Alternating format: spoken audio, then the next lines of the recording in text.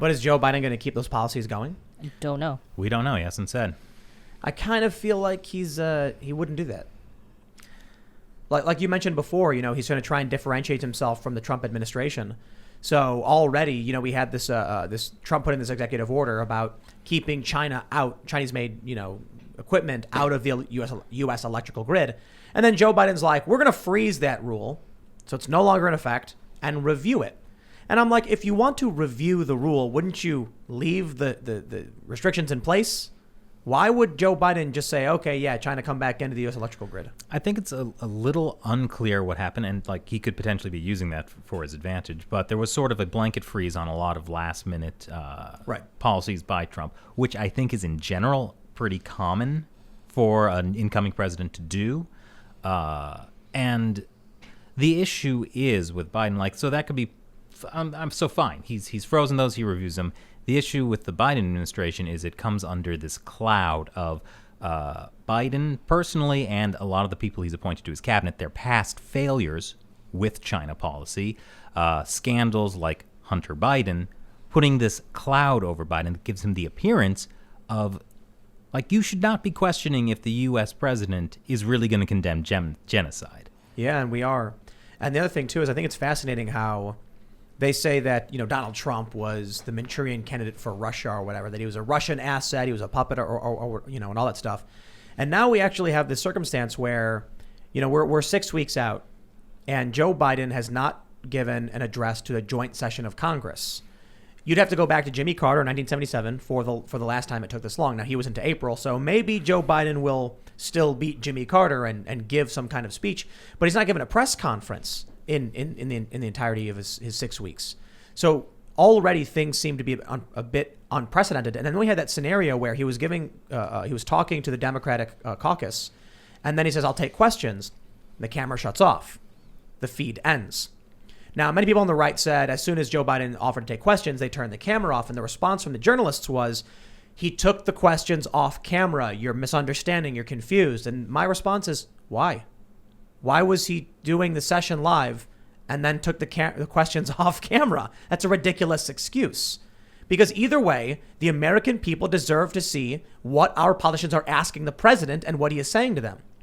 When I saw that, I was sitting here with Jack Murphy, and Jack was just like, Manchurian candidate. Not literally, just kind of joking, what's going on to where the president of the United States isn't doing press conferences, isn't giving a joint an address to the joint session of Congress, and then he can't even answer questions on a live stream? Who is he? What's he doing? And then you tie that into the Hunter Biden stuff, flying his son in Air Force Two to China for that private equity deal. And then am I supposed to trust that this president has our best interest at heart as we're entering either the Strauss-Howe generational theory winter or Thucydides' trap? There's academics who are telling us we're in for some serious trouble, and we're looking at genocide, and we're looking at organ harvesting, and we're looking at Hong Kong falling. Now we're looking at Taiwan. It looks like China is getting away with every single thing they've done wrong, and we're doing nothing about it but say what? Maybe some sanctions here and there? Well, I think that 2020 was actually a banner year for the Chinese Communist Party. It didn't start out that way. It looked like the world was going to turn against them after the coronavirus. It's amazing they turned that. They turned out that completely around. And now they're using that as propaganda for how well that their system is doing compared to everybody else. More reason to cooperate with China. And I think that the one thing, the Biden administration recently came out with their interim national security policy. And reading that, I was actually pretty worried about how they were going to deal with China, because it seemed to kind of revert back to an Obama administration era of the whole thing that we were talking about before about we need to cooperate still. The Trump administration specifically in their national security policy called out the Chinese Communist Party and said, it's a Marxist-Leninist organization, said we are going to treat this the way that the Chinese Communist Party treats this, which they said that they are in a great power competition with the U.S. So fine, we acknowledge that, China says that we're in a great power competition with them. And the Biden administration seems to have gone back to that we disagree, we're economic rivals, we're competitors, but we can work together on some things. And then the other part of the national security policy that I found kind of a little bit alarming is the fact that they seem to want to blur the line between foreign policy and domestic policy. There's a specific part where they talk about how, we can't just have foreign policy and domestic policy be separate. We have to if we really want to have effective foreign policy, we have to fix our own internal problems. So then that brought up like systemic racism and equity and all this stuff. So it seems like if that's what they want to focus on, they're going to be too focused on like internal things and this ideological battle and not focused enough on the genuine threat that the Chinese Communist Party is. Which is strange because the executive branch, their main thing is to deal with foreign policy. Domestic policy is supposed to be the legislative branch. Well, here we are with every single line item of China violating some kind of human rights, civil rights, stealing, destroying. We're buying back our own technology that was stolen from us and then cheaply knocked off and built by slaves, and they just keep doing it, and we just keep doting along, accepting it. I will say I posted a meme though that was made everybody angry. It was on, I think it was on the 20th. I said the peaceful transition of power from the previous administration to the new administration is complete, and it was a picture of Vladimir Putin and then Xi Jinping. And I was like, there you go. Whatever your political ideology is, the left viewed Trump as this like beholden guy to Russia, but Russia wasn't really doing all that much. I mean, sure, there's conflict over pipelines and Ukraine and things like that, Syria perhaps, but what's happening with China really does seem to be, it could be theoretically the catalyst for some very serious major war, if we're not already in the peak of it, which is information war. But, I that's why I have to wonder about the things we see in America in the culture war. Is it really in the best interest of either America or China to engage in a hot war with missiles and bullets? Probably not. It never is for anybody. It's very expensive, and then you have to hope you're going to win. But information war, it's more surreptitious. It's aversive. So I wonder, to what extent China is influencing our social media and manipulating us much the way they accused the Russians of doing it. I don't know if you guys have seen anything that would suggest those kind of operations. I think it's a little different. Actually, what China has really been manipulating very successfully is American elites. And it's almost like they don't have to do the kind of awkward like Twitter thing, right? Where they're like having dummy accounts on Twitter and trying to influence people on Facebook. Like the Chinese Communist Party is much better at this than Russia. They just tweeted out, right? Like the members of the Chinese Communist Party are like tweeting really offensive things. Yeah. Like they had the picture of the Australian soldier or whatever. Mm-hmm. They just, it reminds me of that Simpsons bit. I don't know if you guys have ever seen the episode where Bart joins a boy band that's subliminally trying to get people to join the Navy. And the Navy recruiter tells Lisa, we recruit by the subliminal, the liminal, and the superliminal. And Lisa goes, superliminal? And he goes, yeah. And he opens the window and goes, hey, you, join the Navy. And then Lenny and Carl are like, okay. So that's kind of what I feel like when I see these like high rank, these like, officials in the Communist Party or like Chinese government officials, blue check mark on Twitter, tweeting some ridiculous, absurd conspiracy theory about the election or the president. And it's allowed. They're allowed to do it. I'm like, there it is. That's the superliminal. Right in your face. We're lying, and we can do whatever we want. We don't need bots. So a good example of this is how China manipulates language. Matt, I'm going to pass that off to you in just a second. But just one example of how Chinese propaganda seeps into American discourse is going back to the Biden town hall, how he was talking about how China had the century of humiliation. They need to have the strong centralized core. That's Communist Party propaganda that's being parroted by the president. Jeez. And that's not saying he's not unique in that. It's because the Communist Party is very good at taking language and changing the meaning of it. Yeah, I mean, I think it's not just that, which I get to in a minute, but you'll circle back to that. Yeah, I'm paying attention. The overall idea is Tim, you talk about the overt stuff, the superliminal we're seeing on Twitter, which is the propaganda from the Chinese foreign minister.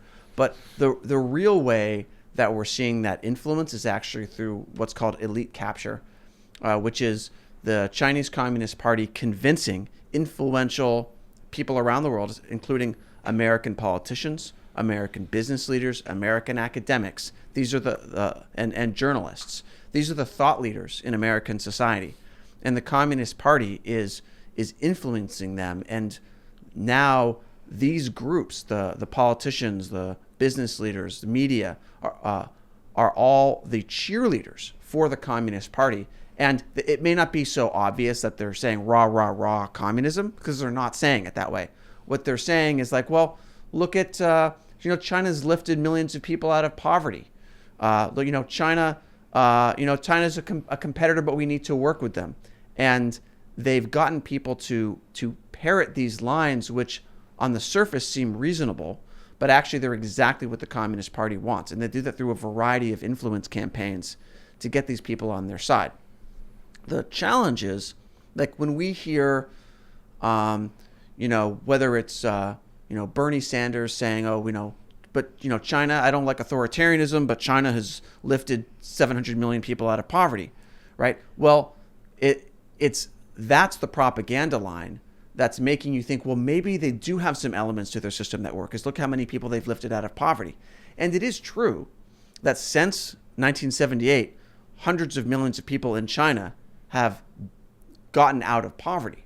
But it's not the Communist Party that lifted them out of poverty. It was the Communist Party that put them in poverty in the first place. Ah, yeah. Right? But then how did they get out of poverty? It wasn't government policy. It was actually the reform and opening up. The Gaiga Kaifeng, started by Deng Xiaoping in 78. And these policies gradually took the boot off of people's necks so that they could, have businesses and start their own enterprises in the free market. And people lifted themselves out of poverty. And foreign investment. It's kind of like when it's, in the summer and it's really hot and you're really sweaty. So you go under the blanket for a few seconds, and then you get really hot. When you take the blanket off, it feels really cool and refreshing for a little bit. Yeah. So maybe what we should do in the U.S. is have this extended lockdown where we destroy everyone's business for maybe like a year. And then after about, 2 years, because, Biden's saying next year is normal, then we can be like, look at all of the people the Biden administration has lifted out of poverty. He's a tremendous leader. Starting with the bankers. Yes. Which, they came in real quick to save those folks. There's nothing, I'm not saying there's anything, necessarily wrong about trying to keep the stock market from having a complete crash. But definitely there's some shortcomings in terms of the overall response.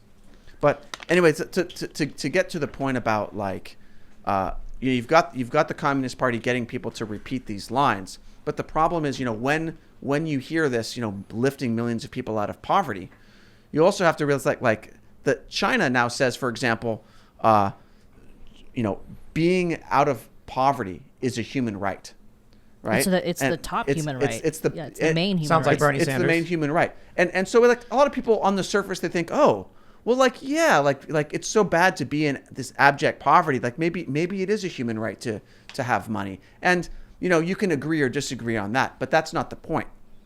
The point is that now, you've added the Communist Party has added economic prosperity as a human right. And they've gotten a lot of people to kind of go along with it. But what you're not seeing is that they haven't just added on to the meaning of human rights. They've actually changed the meaning, because China is using that instead of giving people the human rights that we consider human rights, the rights to life, liberty, and the pursuit of happiness. You don't have the right to life when you can be sent to a concentration camp or killed for your organs. Or right? welded into your apartment so you can die. Yeah. And that's like, the fact that that's happening in China as part of their COVID response shows a complete disregard for human rights, a complete disregard for individual liberties. But you got a MacBook.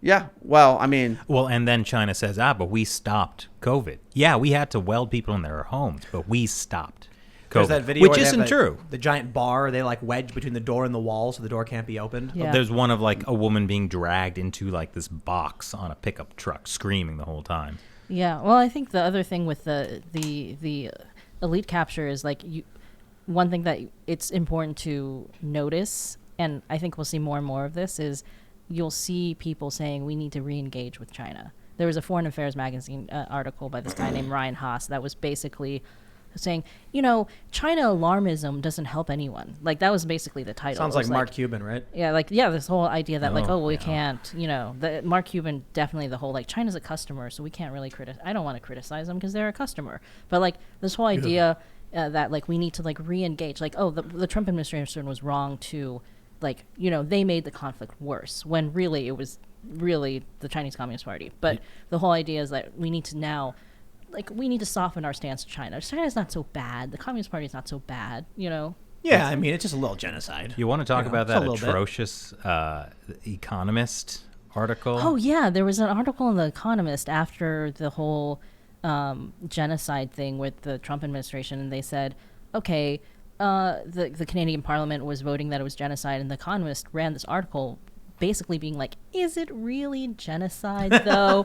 Because, when people, even though the UN definition of genocide includes trying to eliminate a people, including by preventing births and sterilization and things that are happening to the Uyghurs in China, like that is part of the UN Convention on Genocide. Like that is defined as genocide. The Economist was like, but most people think of genocide as being mass murder. So if it's not to that point yet, and we use the word genocide, aren't we kind of, isn't that worse for, future genocides that we've now cheapened the word genocide? Well, specifically said they're not slaughtering them as they're being butchered for their Well, organs. no, the organ harvesting is just win-win mutual cooperation on the Communist Party's terms between the Uyghurs and the organ recipients. Yes, that's cooperation. There's an exchange going on, so it's cooperation. As long as two parties are willing in this, it doesn't matter if someone else isn't.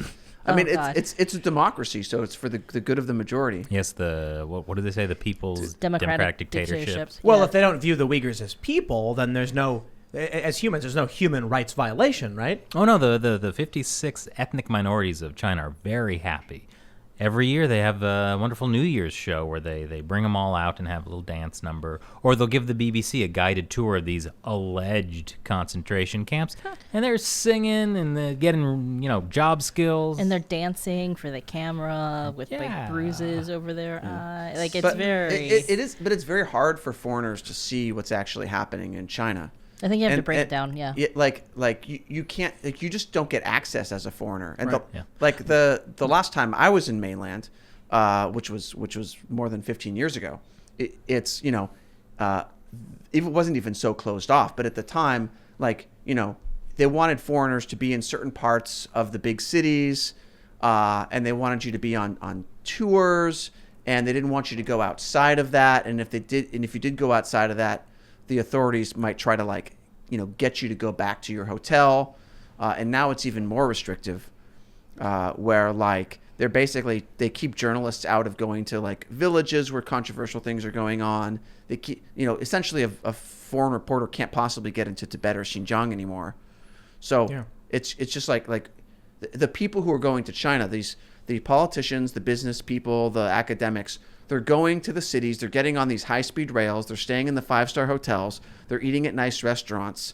And this is the part of China they see. And so they have a very skewed view of what China is. Okay, well, so here's a bit of optimism for you. You're saying you're pessimistic.